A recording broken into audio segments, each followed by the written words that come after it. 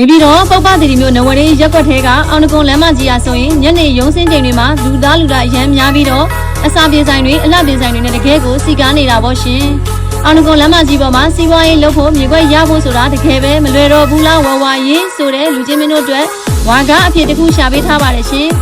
ဟုတ်ပါတယ်ရှင်လမ်းမကြီးပေါ်မှာဓာတ်ရိုက်ရဖို့မလွယ်တော့ပေမဲ့လမ်းမကြီးကနေလှမ်းမြင်ရတဲ့ခက်တာတဲ့လမ်းတစ်ခွက်ငုံမှာတော့မြေခွက်ကောင်းတစ်ခွက်ဝက်စီမှာရောင်းမို့ရှိလာပြီပေါ့ရှင်ပတ်ဝန်းကျင်လမ်းခင်းမိသားဖြစ်တဲ့အပြင်အရက်မျက်နှာကလည်းလူကြိုက်များတဲ့တောင်လဲနေသားဖြစ်ပါတယ်။အုတ်တိုင်းနှစ်ဖက်ပါပြီးသားဖြစ်တယ်လို့ခြံထဲမှာလည်းရင်မီးစုံနဲ့တစ်သားရင်တစ်လုံးအစင်သစ်ပါဝင်ပြီးသားမို့ချက်ချင်းအသစ်နေထိုင်မှုလုံးဝအဆင်ပြေပါတယ်နော်။ခရင်လက်ဝဲပါဝါရပါမယ်။3450ညှိနှိုင်းနဲ့ရောင်းချပေးချင်ပါတယ်။ဝယ်ထားပြီးကိုယ်တိုင်မနေပဲအင်္ဂါပြန်တင်ထားပြီးလစဉ်ပုံမှန်ပတ်စစ်အင်ကန်ဝင်ငွေရကျင်တဲ့သူတွေအတွက်တော့တကယ်ကိုစဉ်းစားတဲ့နေရာသက်ဖြစ်ပါတယ်။လစဉ်ဝင်ငွေတွေလည်းဖန်တီးပေးနိုင်မယ်ဒီမြေခွက်အိမ်လေးရဲ့သေးစိတ်ချက်လက်တွေမြေပြင်ကြည့်ရှုဖို့စင်သစ်ဖြစ်ပြီးအင်ချမင်ကောင်းတစ်ခွက်ကိုပိုင်ဆိုင်ဖို့စင်သစ်ဖြစ်ပြီးဆိုရင်တော့ဝက်စီကိုခုပဲဆက်သွယ်လိုက်ပါရှင်အင်ချမင်ကောင်းဆိုတော့လူတိုင်းနဲ့ထိုက်တယ်ပါတယ်